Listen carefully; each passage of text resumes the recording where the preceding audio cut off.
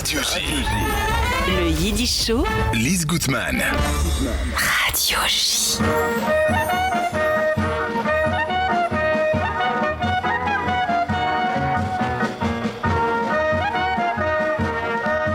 Good morning, Allemen. Vous écoutez le Yiddish Show de Radio J, préparé et proposé par Lise Gutman sur un générique historique de Radio J.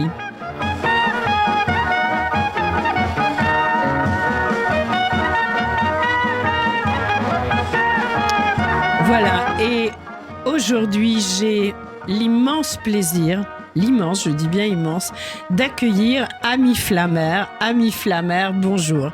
Alors, Ami, vous êtes avec nous pour votre livre « Il se souvenait de l'histoire », paru chez Libri Sfaera, il se souvenait de l'histoire. Et j'avais juste envie de dire, c'est un petit clin d'œil, mais c'est tellement important. C'est un ouvrage, c'est la première fois que je vois ça sur un livre, un ouvrage fabriqué par les artisans français du livre Made in France et expédié par des personnes en situation de handicap. Un livre d'autant plus précieux. Alors, Ami Flammer, je vais expliquer pourquoi vous êtes là dans le Yiddish Show et pourquoi j'ai souhaité vous y recevoir. Vous êtes violoniste, vous entrez au Conservatoire de Paris à 13 ans, vous remportez un premier prix de violon 3 ans plus tard. Tout ça est très important pour comprendre la substantifique moelle de votre ouvrage, je pense. Vous êtes formé par des violonistes prestigieux, dont Roland Charmy et Nathan Milstein. Votre carrière prolifique vous mène à vous produire en musique de chambre et comme soliste dans le monde entier, ce que vous continuez à faire. Vous êtes professeur au CNSMDP de Paris. Vous avez par ailleurs écrit pour le théâtre, composé des musiques de films autour de Duras, etc. Et en 2016, vous publiez Apprendre à vivre sous l'eau, mémoire de violon, pour lequel je vous avais déjà reçu. Vous sortirez en 2023 3 des sonates et partitas de Bach pour violon seul. On écoutera. Ça y est, il est sorti, il est là. Voilà, et on en écoutera un extrait tout à l'heure. Et en même temps que ce premier roman, il se souvenait de l'histoire. Alors, c'est une histoire dont on va parler en détail sans trop développer. J'ai adoré la photo. La photo, c'est un violoniste, mais ce n'est pas vous. Ah non. Qui est de profil, avec un tout petit garçon avec un tout petit violon qui le regarde de très haut parce qu'il est très petit. C'est une photo emblématique. Je ne sais pas si on la voit bien. Je crois qu'on doit bien la voir même à l'écran puisque nous sommes également filmés. Qui a fait cette photo? D'où elle vient? Ça m'a posé question. Alors cette photo a été faite, bien sûr, je ne trouve plus le nom maintenant, mais par un grand photographe, il est marqué. Mais il y a très longtemps. Oui. C'était un photographe qui s'occupait essentiellement de musique. Oui. Il a sorti plusieurs albums sur des musiciens. Et entre autres, il y a cette fameuse photo, enfin fameuse pour moi, qui est des gens complètement anonymes, mais que j'avais repéré. C'est Guy Vivien. Guy Vivien, voilà. Absolument, que j'avais repéré chez Janine Rose, qui est donc la dame qui s'occupe des concerts du Dimanche Matin aux Champs-Élysées. Et dans son bureau, je lui avais dit, mais cette photo est extraordinaire. Mais c'était il y a 30 ans. Comme quoi, rien ne se perd dans la vie. Rien ne se perd, exactement. Et quand j'ai écrit ce livre, je me suis dit, mais finalement, je ne savais même pas moi-même quel était le vrai sujet du livre, dans un sens. Et je suis maintenant certain que c'est la transmission. C'est avant tout la transmission, même si ça parle de plein de choses. Mais c'est la transmission de l'amour du violon, de l'amour de la musique, évidemment de tout ce qui se passe autour du judaïsme, mais beaucoup la transmission du violon. Et je me suis souvenu tellement fort de mon premier contact avec le violon, qui était en fait à Metz, puisque je suis de Metz, et que mon grand frère faisait déjà du violon, et j'ai dit que je veux aussi faire du violon. Je suis arrivé chez le luthier, et même le quart, parce que vous savez, on joue sur des plus petits violons au début. Bien sûr, évidemment, à la taille de l'enfant, et c'est normal. Exactement. Et alors, on met le plus petit, le quart, qui était trop grand pour moi. J'étais très petit, je suis toujours pas grand, mais enfin là, j'étais vraiment très petit. Et c'était trop grand. Parce que vous savez, on met le bras comme ça, oui. un peu comme à l'envers, mais un peu comme quand on loue des skis. Oui. Il faut regarder la hauteur. Là, on c'est regarde vrai. la longueur. La et longueur bon, ils m'ont dit, du mais bras. c'est encore trop grand. On a fait sur mesure un 8e, c'est encore plus petit. Voilà, et ça a commencé. Et j'ai toujours dit à mes parents, et je crois que c'est vrai, c'est pas du mythe, ce petit contact-là, juste pour choisir la taille, j'ai dit tout de suite à ma mère, je ferai ça. Ah oui. Et cette photo qui me touche tellement, parce que ce petit garçon qui est tout petit, et qui a l'air de regarder son prof qui est très grand Mais en oui, dessous, bien et sûr. tout est trop grand pour lui, le prof, le violon, les chaussures, le pantalon, Oui, et tout ça. est grand. Et tout est grand. Et ça m'a rappelé ça, et je me dis, c'est vraiment ça dont j'ai besoin. Et d'ailleurs, pour être franc, c'est finalement la photo qui a inspiré un peu le prologue, qui est hors de l'histoire dans un Ah, sens. c'est la photo qui a inspiré? Oui, le prologue. Ah oui, ça m'étonne pas. Et le prologue, Ouais. c'est, bon, je peux le dire en 2 mots. Oui, bien sûr. Le prologue, c'est, bon, j'y tiens assez, c'est une chose totalement inventée, mais c'est bon, tout va mal. Ça, c'est un peu la réalité. Oui, d'ailleurs, Malheureusement, c'est tout va oui, mal. oui. Et alors, bon, on se rend compte que les choses sont de plus en plus graves sur Terre et tout ça. Et puis, il y a un juif qui se dit, oh là là, ça va mal tourner. Il n'a aucun rapport avec les choses spatiales et tout ça, mais il se dit, il faut se tirer en l'air. Il y a une fusée qui part, il arrive à se faire engager. Il connaît rien et on le met derrière, au fond de la fusée, en lui disant, toi, tu dois juste surveiller ce qui se passe sur Terre. On te dira, tu regardes, on te donne des appareils. Et il est au fond, il regarde. Et puis, petit à petit, il voit qu'il n'y a presque plus rien sur Terre. Et à un moment donné, mais regarde de plus près, regarde de plus près. Et alors, et il voit une espèce de petite boule, très petite, il ne sait pas ce que c'est, mais il voit quand même qu'il y a un mouvement tout le temps, de droite à gauche, comme ça. Puis il regarde encore de plus près, il dit, ah, c'est un petit garçon qui essaye de jouer du violon, tout n'est pas perdu. Ouais. Et voilà, c'est un peu ça le sens. C'est exactement ça. Alors, vous avez vous-même, ami Flammer, un univers yiddish.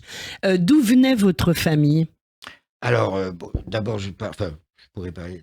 Disons que je commence par ma mère. Oui, Je suis un bon juif, bon, voilà.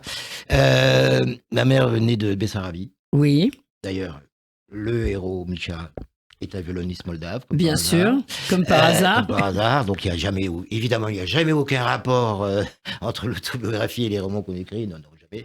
Mais il y en a Je quand m'amuse, même, il y en je a m'amuse, quand c'est même. ironique vis-à-vis de moi-même, bien sûr qu'il y en a. Oui, Bien sûr qu'il y en a. Donc, ma mère venait de Bessarabie et c'est une histoire que j'ai racontée beaucoup dans le premier livre. dans le premier livre, oui. Apprendre à vivre sous l'eau. Bon, ça a été très, très difficile. Déporté en Ouzbékistan par Staline pendant la guerre. Bon, alors, il y avait heureusement pas d'extermination, mais Oui. beaucoup de Juifs sont morts de faim et de Mais situations. oui, et de froid et de maladie. Mon grand-père n'est pas mort, mais est revenu malade pour la vie. Évidemment, en Roumanie, l'antisémitisme est d'une force extrême entre la brigade de fer enfin bon, voilà, qui était alliée avec les nazis. Elle était à la Shomer HaTzair clandestine, en Roumanie, qui était clandestine. Et donc, elle me racontait toujours qu'après une réunion où elle était partie très vite, mais d'autres s'étaient fait prendre parce que c'est le couvre-feu, elle les a vus 3 jours pendus dans la cour du lycée. Et donc, ils sont repartis côté russe, juste après-guerre. Et là, elle a décidé de partir, contactée par l'agence juive, par les réseaux de la Shomer HaTzair. Elle s'est enfuie de Russie.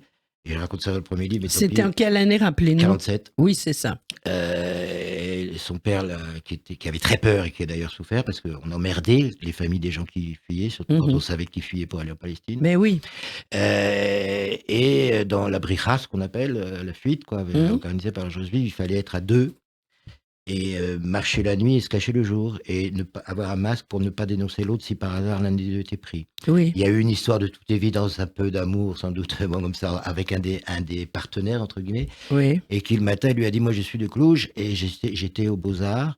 Et pour lui dire au revoir, parce qu'il changeait tous les 3 jours pour ne pas Bien risquer sûr. de voir, j'étais aux Beaux-Arts, il lui a fait un petit violon avec des branches et des fleurs. Je pleure quand je raconte ça, excusez-moi. oui. Et il lui a dit, si tu t'en sors et que tu as des enfants, en mon souvenir qu'ils fassent du violon. Donc je porte un truc Ah assez, oui, non, vous portez assez fort. vraiment quelque chose de très, très, Ouais, très fort, de très lourd, fort, oui. voilà. Donc voilà, alors ça c'est ma mère, donc après, et ça rejoint mon père qui lui est déjà né à Metz, mais d'une famille polonaise, qui venait de Shtetl, de fameux commis, qui était un des grands Shtetl de Pologne. Mhm. Et elle l'a rencontré où? Elle l'a rencontré à Marseille, elle était responsable pour la Shomer HaTzair, et lui était volontaire de Metz, avec une bande de juifs de Metz qui voulait aller D'accord. participer à ce qui semblait déjà être les prémices de la guerre d'indépendance. Et ils se sont rencontrés donc à Marseille et pris un bateau, les fameux bateaux, bon, on Oui, connaît dont vous l'Exodus. parlez très bien. Ah, ils étaient sur l'Exodus. Non, justement, ils n'étaient pas. Non, je dis on d'accord. connaît sur l'Exodus, mais Oui, il y en avait oui. plein. Il y avait plein de bateaux et vous décrivez, d'ailleurs, on va en parler après, vos personnages traversent, Oui, ils traversaient ça voire aussi. même 2 fois, je crois. Oui, oui. oui. Ouais, bah, c'est-à-dire qu'ils traversent, ils reviennent. Ils traversent dans les 2 sens. Dans les deux oui. sens. Et donc, voilà, ils se sont connus là. Et Bien puis, sûr. après au kibbutz, Rechafim, et voilà. En fait, vous êtes... Alors, évidemment, vos parents parlaient yiddish. Oui. Vous Surtout avez devant nous, parce que comme ça, il était sûr qu'on comprenait pas. Parce que Attendez, vous allez à vous l'époque, rapprocher. je comprenais pas le yiddish quand j'étais petit. Oui, et aujourd'hui, Un versteht peu. Yiddish Oui, mais un peu plus mieux. l'hébreu quand même que le yiddish. D'accord. Mais je comprends à force les chansons, les disques Oui. et tout ça, je comprends pas mal quand même. Bien sûr. Est-ce que vous vous sentez proche du mouvement klezmer actuel? Ça dépend quoi, c'est difficile. Il y a des choses tellement Oui. différentes. Actuelles, je ne connais pas. Vous Je vais pas dire de connaissez pas. bêtises. Il y a des D'accord. choses que moi, évidemment, j'ai rencontré Feynman, des gens comme ça. Oui. Je Qui connais est à mieux. l'origine un peu en Europe du renouveau. Oui, c'est ça. Mais je On connais a moins. aussi de cette époque, on a Nano Pellet de Nick Ah bah Nano, je Cugno. connais très bien. Voilà, Ah oui, oui, je Bratch, me doute. Oui, Ouais. c'était Et eux, je Bratch de Nick Cugno aussi. Oui, bien sûr. Ceux-là, je Voilà. les connais. Ceux-là, je Oui. les connais bien, je les adore. En plus, tout à fait par hasard, comment il s'appelle, le violoniste de Bratch, Bruno. Bruno Girard, oui. Bruno Girard est aussi marié avec une sinologue et moi, je suis marié avec une sinologue, c'est-à-dire spécialiste D'accord. de la Ça culture crée chinoise. des liens, tout Voilà. ça. Voilà. Et Nano, on a joué ensemble en Arménie. Ah oui, Oui. D'accord. Voilà. Et Bon, j'aime bah, on beaucoup. les embrasse tous parfois. Ils nous écoutent et je leur dirais que. Mais je voilà. croyais qu'ils avaient arrêté, non? Bratch a arrêté, mais Nano continue Là, à on jouer. continue, oui. Et il a fait un très très beau projet avec Denis Cugno, Cugno, je un connais. album qui s'intitule Yat, Y-A-T, Yat. Ayat en yiddish, c'est un type, un mec, voilà. Mensch. Voilà. Et l'album est juste magnifique, voilà. Chanté, violon et piano. C'est Bruno au violon? Non, Oui, bien c'est sûr, Bruno. bien sûr. Voilà, il continue, il joue dès qu'il en a l'occasion. On l'a vu plusieurs fois à Paris récemment, mais ce n'est plus Bratch, c'est d'autres participations, des duos, des trios, etc. Alors, on va revenir à Il se souvenait de l'histoire. Si j'ose dire, de quelle histoire, ami Flammer? Bah alors, c'est évidemment un jeu. C'est l'histoire de cette famille. Un peu de la mienne, évidemment, indirectement, mais c'est aussi l'histoire du monde, avec un grand H. Oui, et comment? Et c'est aussi l'histoire... c'est la blague juive. Enfin, je la raconte dans le bouquin, je ne sais pas Oui. s'il faut la dire. C'est pour ça que ça s'appelle comme C'est ça. votre livre, c'est vous qui décidez. Parce que c'est le rapport au passé. C'est le rapport au passé, c'est la conviction mais absolue que ce qui compte, c'est se nourrir du passé et se préparer pour l'avenir. Donc, c'est ça le bouquin. Et c'est tout ce qui vient du passé qu'on peut transmettre. Moi, je le transmets à travers le violon, à travers la musique. Et pour ce gosse, imaginaire, mais quand même, qui est là et qui est peut-être un peu aussi mon fils, c'est énorme. J'ai eu un fils tard et ça a changé ma vie. Il fait du violon? Il fait du piano, parce que c'était un peu embêtant pour lui de faire du violon quand même. Donc il m'a dit un jour, je n'arrive pas à jouer les 4 saisons. Il avait 3 mois de vélo, je dis c'est normal. Il m'a dit bon alors je me mets au piano. Ah bah oui, il faut bien que la jeune génération se révolte par rapport à la précédente. Voilà. Et donc, oui, c'est aussi le souvenir, parce que je pense qu'on peut rien prévoir, on peut rien faire dans le présent si on n'a pas le souvenir dans la tête. Et d'ailleurs, c'est une des choses dont j'essaye indirectement de faire comprendre dans le bouquin. Je trouve qu'on vit dans un monde d'absence de culture. De plus en plus, d'absence de culture politique, musicale, culturelle.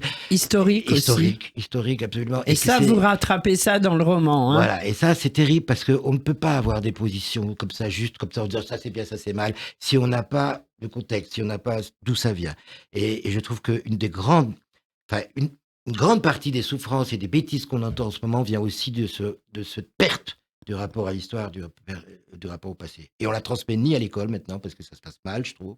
Au conservatoire, n'en parlons pas, je trouve qu'on transmet pratiquement plus grand-chose. Oui. Et donc l'histoire, pardon, j'y reviens, je la raconte dans le bouquin, mais ça fait rien parce que j'adore cette histoire pour moi.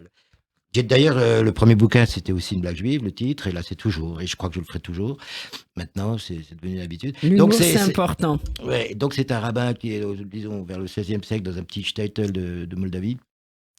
Et il apprend qu'il y a une bande de Tatars qui sont autour du village. Et les Tatars, on sait qu'ils sont bien connus pour leur pogrom. D'ailleurs, c'est un mot tatar. Le mot pogrom est un mot tatar.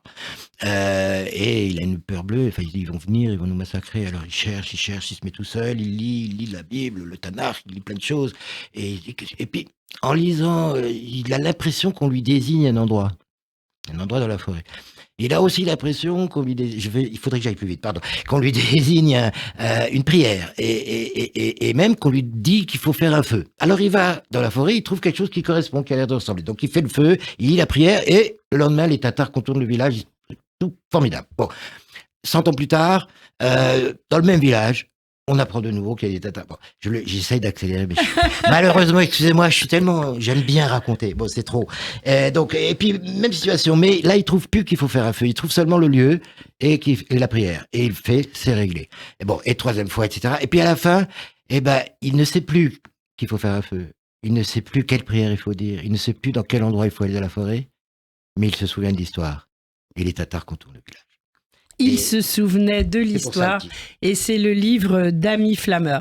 Alors, Ami, on parlait de votre univers yiddish. On va écouter une première pause musicale. C'est celle du groupe, de l'album, Tendresse et Rage, qui à l'époque était sorti en 33 tours, que vous aviez réalisé avec Moshe Leiser et Gérard Barou. Barou, oui. Non, Barou. Ah pardon, oui, Barrault, excusez-moi. Et on va écouter cette très très belle version de cette chanson yiddish, Rojinkes mit Mandlen, une très belle version, une très belle berceuse que beaucoup de mamans yiddish ont chanté à leurs enfants, raisin et amandes. Et vous savez l'histoire, excusez-moi de vous couper, que vous savez la blague, qu'est-ce que c'est qu'un père juif ? Allez-y, dites-nous. C'est une mère comme les autres. Donc c'est moi qui l'ai chanté à mon fils.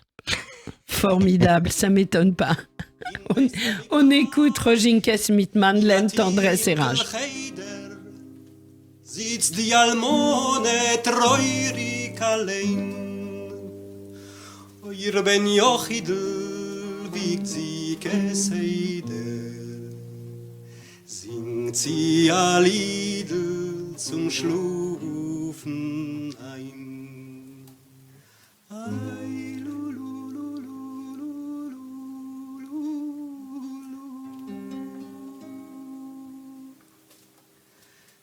Wenn du wärst, wären groß Idale, vergess nicht das Liedale, als Rosenkalech mit Mandeln.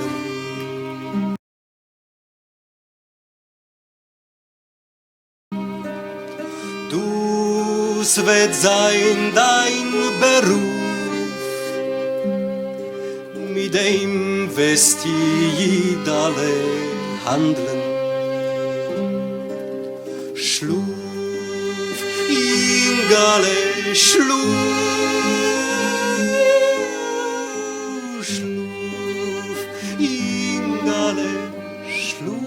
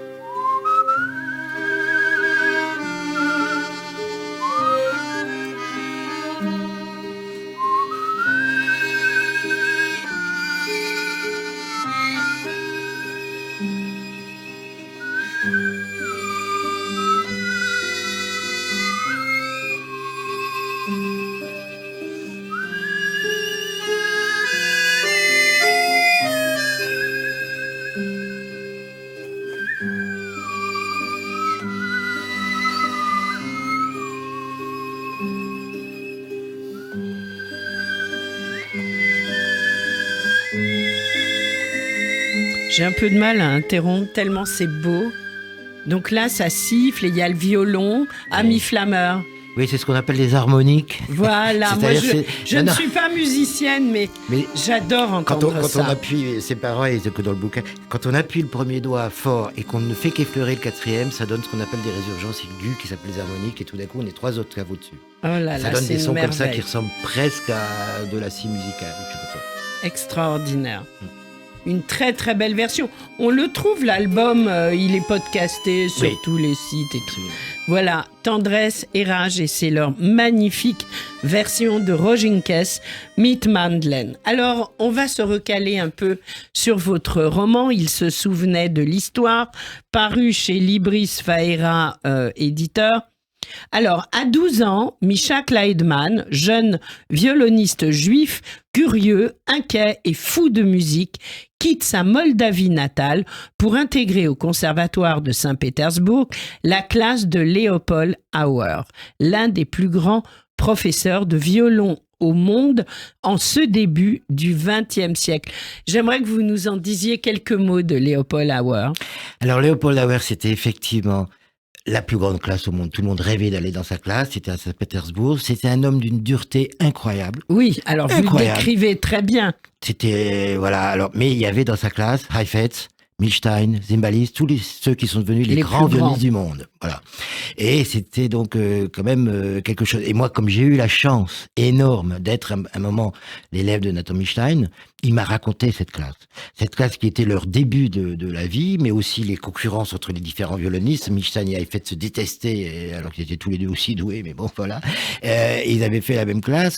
Et il m'a raconté cette ambiance de classe où tout le monde était pétrifié, avait peur de son jugement qu'il donnait au compte-gouttes. Je raconte dans la classe, et ça c'est vrai. C'est parce que Il cassait tout le monde. cassait tout le voilà. monde, il faisait peur à tout le monde, tout le monde devait être là, mais ils savaient jamais quand ils allaient jouer. Et comme je dis dans le bouquin, mais pas moi, c'est parce que Milstein me l'a raconté, quand il désignait quelqu'un, c'était comme s'il exécutait quelqu'un, quoi. Il disait, maintenant c'est toi qui joues. Et je raconte cette fameuse histoire que Milstein m'a racontée. Il y a le français qui est dans la Oui. classe, qui joue la chaconne de Bach, justement, et de façon apparemment géniale, silence total pendant assez long de Auer, et il lui dit, c'était pas mal. Et Alors- tout le monde se dit, putain, ce mec va faire une carrière mondiale. Parce que pas mal, pour Monsieur Auer, Oui. c'était un compliment dément.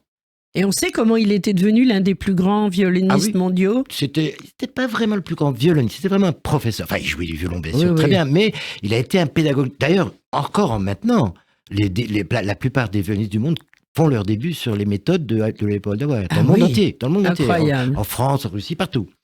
C'est vraiment une création d'une école, ce qu'on appelait l'école russe du violon. C'est lui qui l'a créé, avec même des méthodes et des façons de tenir l'archet un petit peu particulières.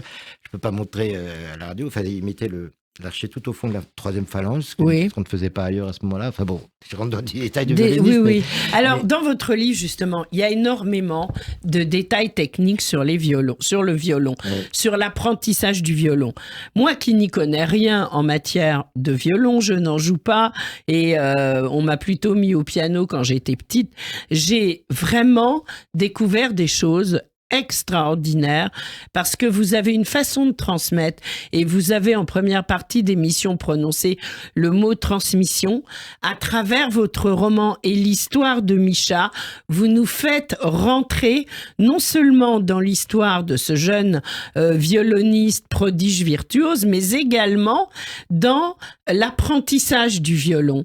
Et ça a un côté fascinant parce qu'on comprend tout, même quelqu'un comme moi qui suis complètement hors du coup.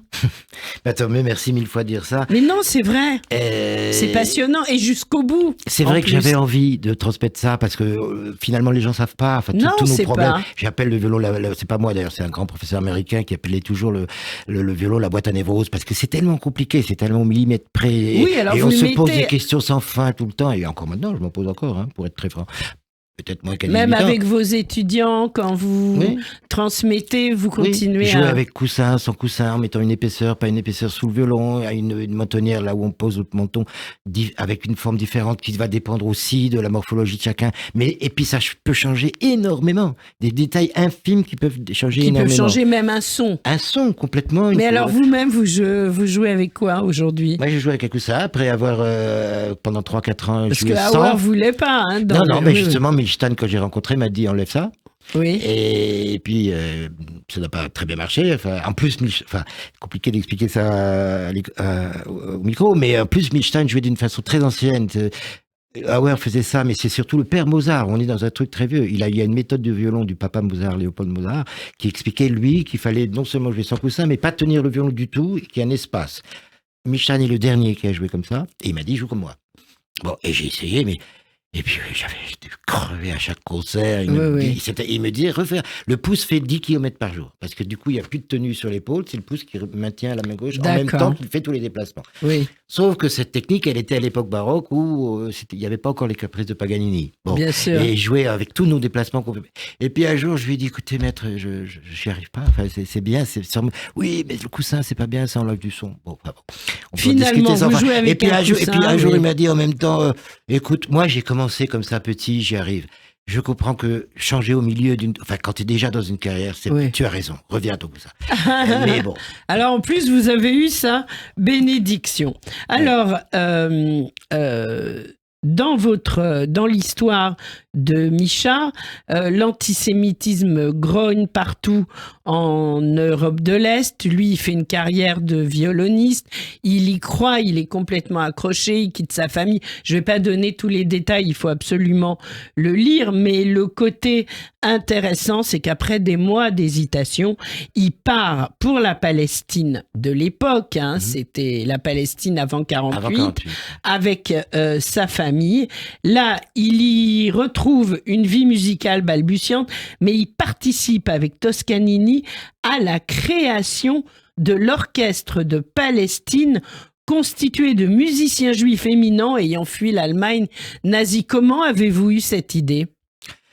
J'ai eu cette idée parce que, d'abord, pris dans mon roman, je me suis dit, c'est logique. S'il va en Palestine, il est violoniste, il est amoureux des grands violonistes. Il y avait Toscanini et Huberman. C'est normal qu'il soit là-dedans. Il y avait presque rien. Lui, il part, c'est l'antisémitisme et tout ça. Mais en même temps, il a un peu peur. Parce que lui, il voudrait faire de la musique. Il y a évidemment presque aucune institution. Quand il débarque du bateau, je peux le dire, il y a une phrase incroyable. Ils sont accueillis par des chaloutsim. Et il y en a un, il voit le violon, le chalout, et il leur dit, ah, c'est bien, vous allez pouvoir jouer des auras. Voilà. Et lui répond, nous, c'est plutôt musique classique. Voilà, et ça m'a beaucoup fait sourire, ce passage. C'est à cause de ça, voilà. Et il y avait quand même des gens qui avaient envie de ça, qui avaient envie de jouer du Beethoven. Bien sûr. Huberman et Toscanini. Alors, donc j'ai fait beaucoup de recherches. J'ai trouvé d'ailleurs le concert inaugural. Alors, on n'entend presque plus rien parce qu'il y a énormément de... Mais enfin, il y a le programme, il y a tout. J'en parle dans le bouquin. Et ça, par contre, on sait, et ça je savais, que Toscanini, qui n'était pas juif, mais qui était antifasciste profond, qui avait déjà fui l'Italie fasciste, enfin, qui avait été très engagé, a participé et a aidé énormément à la création de l'orchestre. Et les auditions juste après-guerre, des quelques rescapés, avait lieu à Pleyel, à la salle Pleyel à Paris. Ah oui. Et avec Huberman, qui était un grand violoniste juif polonais. Oui, très connu. Très connu. Et donc, je peux dire juste un petit détail. Allez-y. Huberman, pour moi, j'ai un film culte, mais qui n'a pas encore été remasterisé en France pour des raisons de complications. C'est le film Yidl mitten Fiddle, Yidl et son violon, qui a été tourné en 1936. Théâtre juif de oui. Enfin, c'était dans des extérieurs. Hein. Oui. Et c'était à Cracovie plutôt, avec Molly Picon. Et alors, donc, c'est l'histoire. Elle joue le rôle d'une musicienne, d'une violoniste klezmer, avec son papa qui est contrebassiste, Harry Mittenbass. Et en route, ils rencontrent un père et un fils qui jouent aussi. Et après cette disputée, ils se mettent ensemble. Ils sont à 4 et le père du deuxième duo n'arrête pas de se vanter d'avoir joué avec Huberman. Et voilà, et on le voit très bien dans le film. Voilà, j'avais envie d'en parler parce que même là, c'était présent.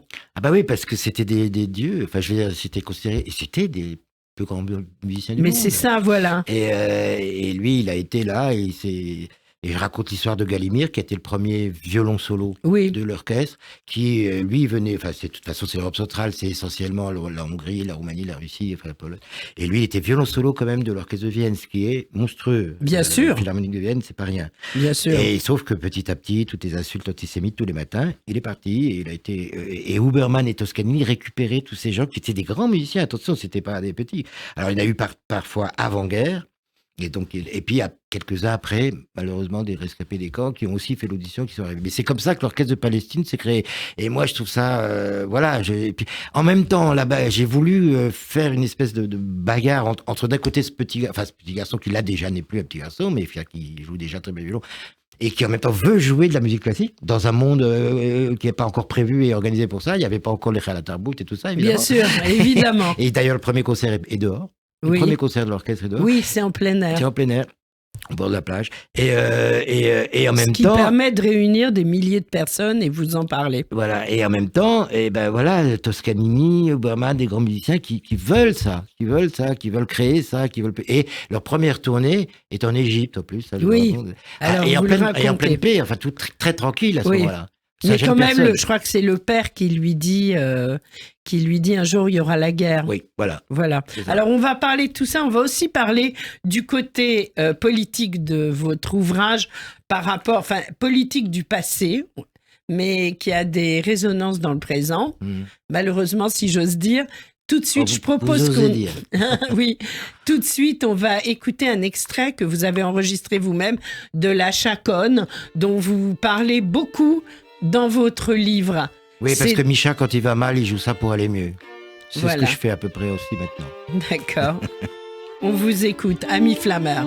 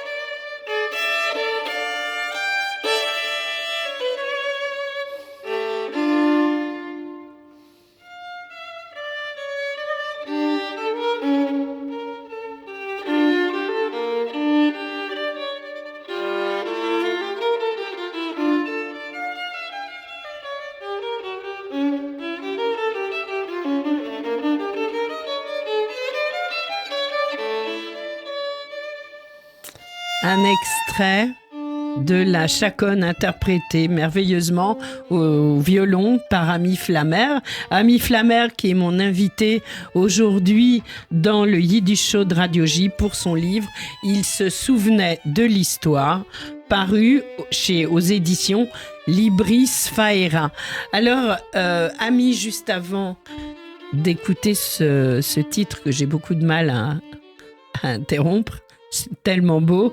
Hein, votre album, on le trouve maintenant dans les bacs. Voilà. Dans les bacs, sur les plateformes que j'appelle les formes plates. Mais enfin bon, c'est comme ça.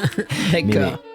Alors, c'est un livre aussi dans lequel, à travers les personnages, vous faites ressurgir une partie de l'histoire d'Israël à la création. Tous les mouvements politiques sionistes qui se retrouvaient là-bas, les disputes incroyables qu'il y avait entre les uns et les autres, les disputes idéologiques également. Et tout cela, en fait, les prémices qu'on pouvait avoir par rapport, enfin pas les prémices, les prémices du conflit israélo-arabe avec des juifs qui arrivaient et qui disaient mais enfin on est en terre arabe, c'est leur terre, qu'est-ce qu'on va faire là? Ou d'autres qui disaient c'est à nous. Tous les courants sont représentés dans votre ouvrage à travers vos personnages.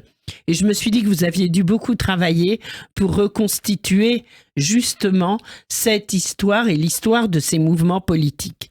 Oui, j'ai beaucoup travaillé, j'ai beaucoup lu, j'ai beaucoup relu Boubert, parce que pour moi Boubert est un personnage Oui. très important. Et pas seulement le contracidique que tout le monde lit, mais tous ces bouquins plus théoriques. J'ai aussi des biographies. Enfin bon, et beaucoup Scholem, parce qu'il y a aussi on connaît bien sûr Scholem pour ses livres sur la Kabbale et la mystique, mais il y a aussi les livres politiques de Scholem. Et ils étaient d'ailleurs dans le même mouvement. Ça, je le savais pas avant de travailler là-dessus. Ils étaient dans Prix de Shalom. avec d'autres intellectuels juifs.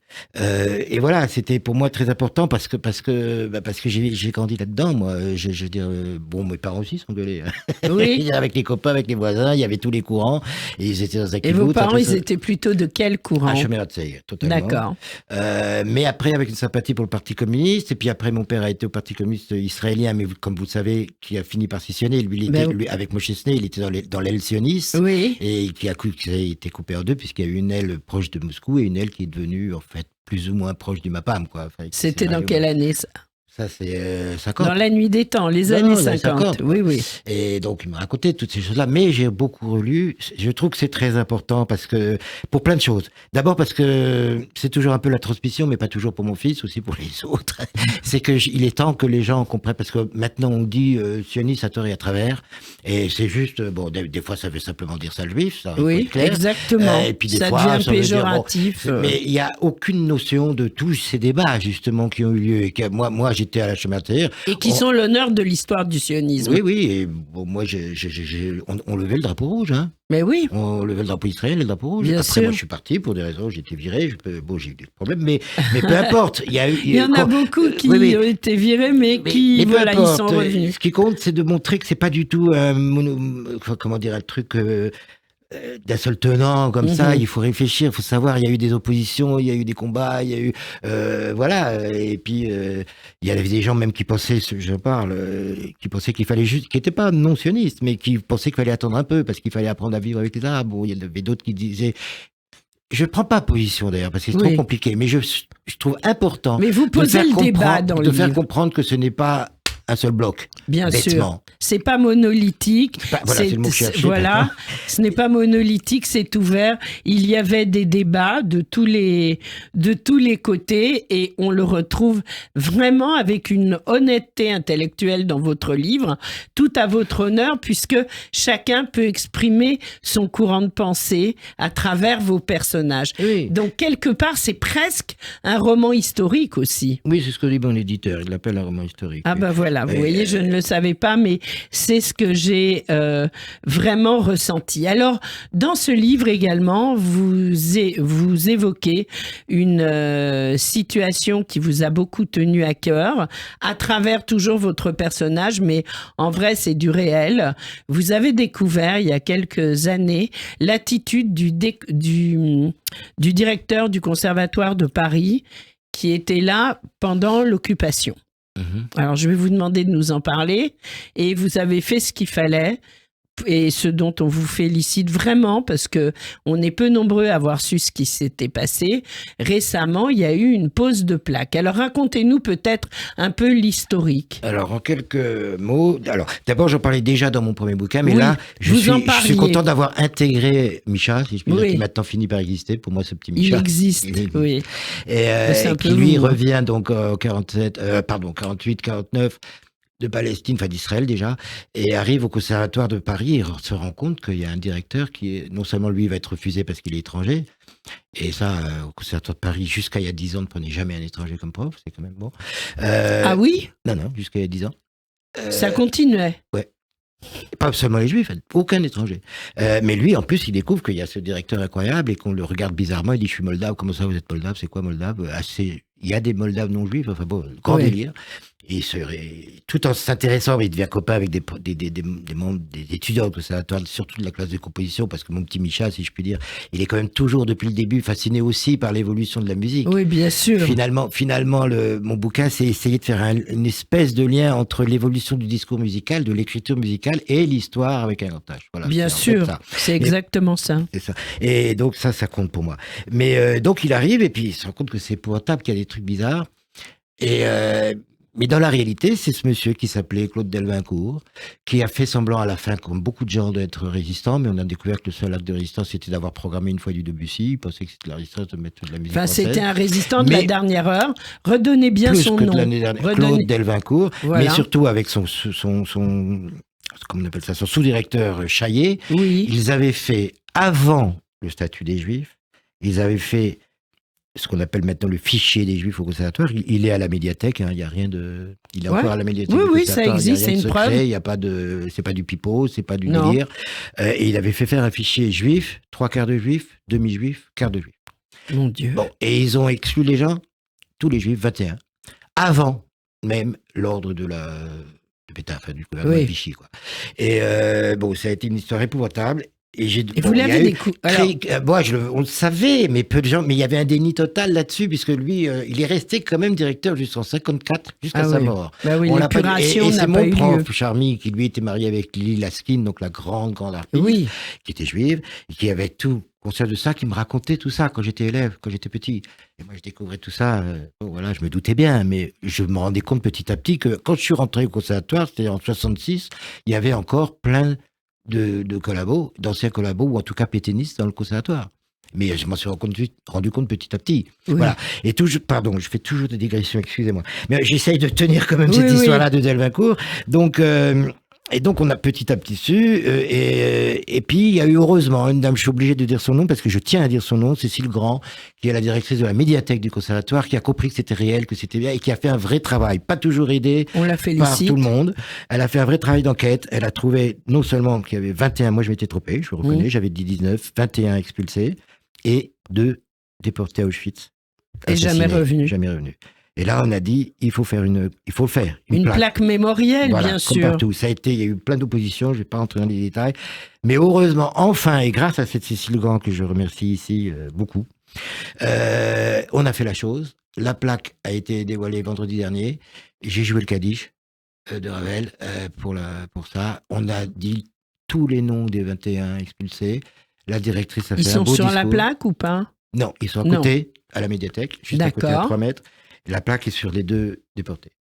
Mais il y a marqué, avec, comme toujours, quoi, déportés parce que nés juifs, et avec l'aide du gouvernement de collaboration de Vichy.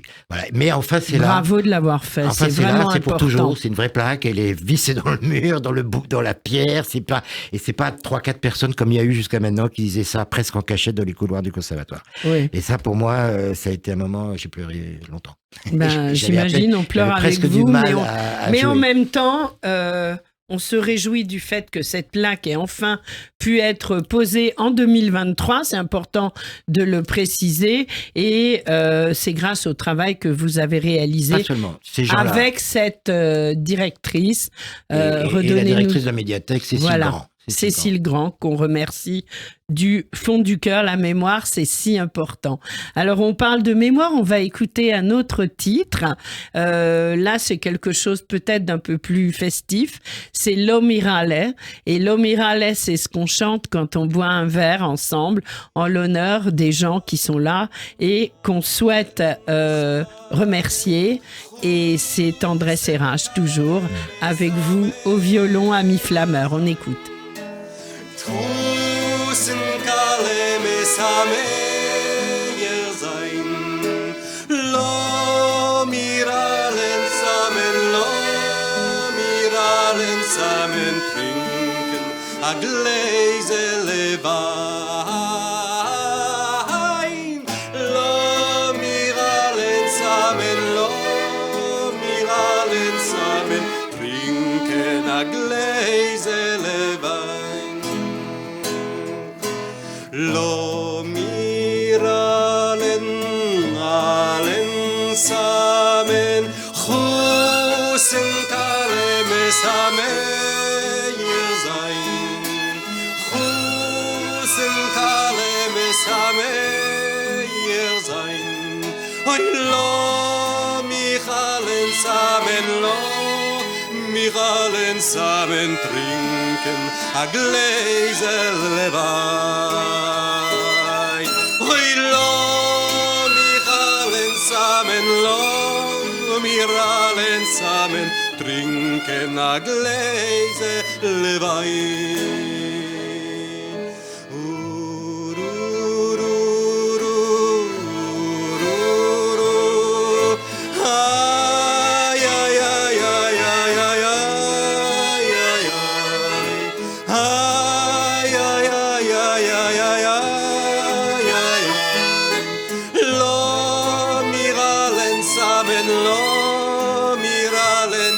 zusammen trinken a Gläsele Wein.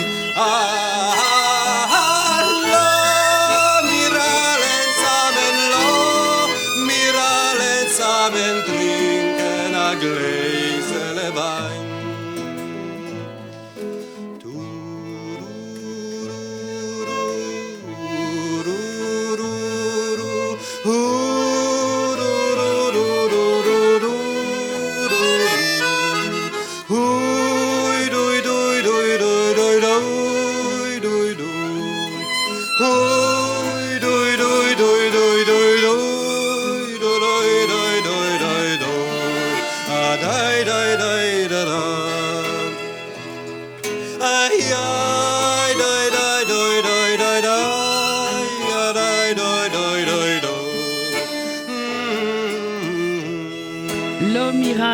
Neinem, c'est un chant qu'on chante d'abord en général au mariage pour les mariés.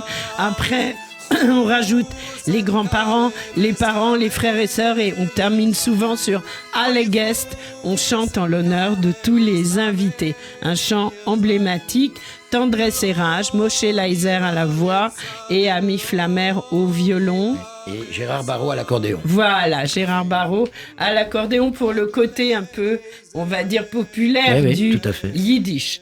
Alors, Ami Flammer, il se souvenait de l'histoire. L'émission va toucher à sa fin. C'était un vrai plaisir. J'ai adoré votre livre et je ne suis pas la seule pour toutes les raisons qu'on a évoquées précédemment. Ami, quelle est la question que vous auriez voulu que je vous pose et que je n'ai pas posée, peut-être ? C'est difficile.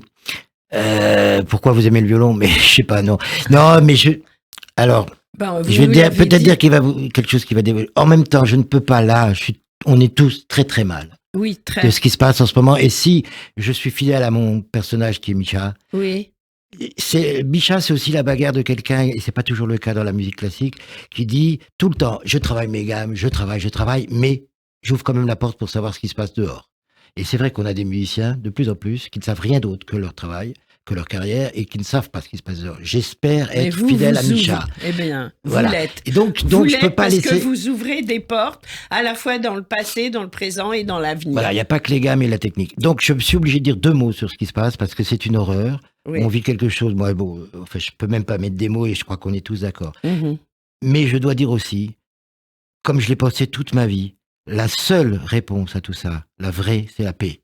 Mais la vraie paix juste avec une vie possible pour le peuple palestinien. Et je pense sincèrement que l'État d'Israël ne sera en sécurité réelle que quand il y aura une solution possible pour les deux peuples. Il faut qu'il y ait des désirs de paix de tous les côtés. Les deux côtés. Voilà. Et maintenant, c'est pas le cas. Mais la paix, la c'est vraie. plus possible, la vraie. Et c'est Shalom. Plus possible de voir des gens mourir comme ça tout le temps. Oui, parce que là, on a retrouvé dans l'actualité les pogroms que vous décrivez dans votre livre. Et ça, on va avoir, en Roumanie, entre autres, on va avoir un peu tous énormément de mal à s'en remettre si on s'en remet un jour. Il se souvenait de l'histoire Ami Flammer. C'est paru chez Libris Faera. Je le lis à chaque fois. Est-ce que je peux dire un mot? Oui. Pardon. Je voudrais rendre hommage à cet éditeur parce que justement, il fait un travail...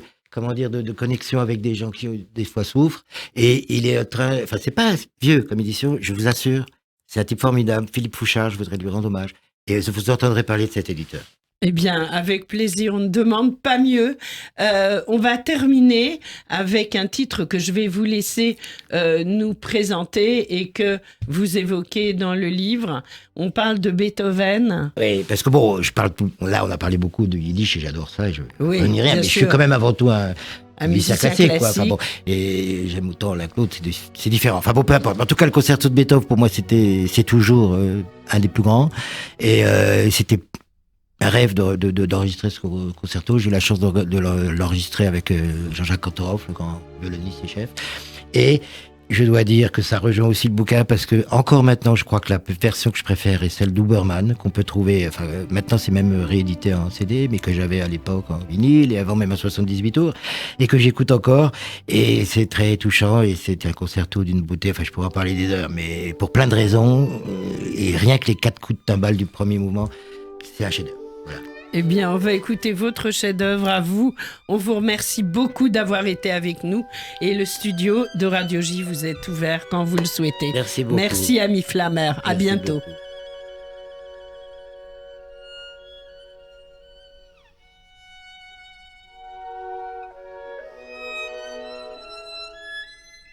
Et bien sûr, merci à Serge Surpin à la réalisation technique.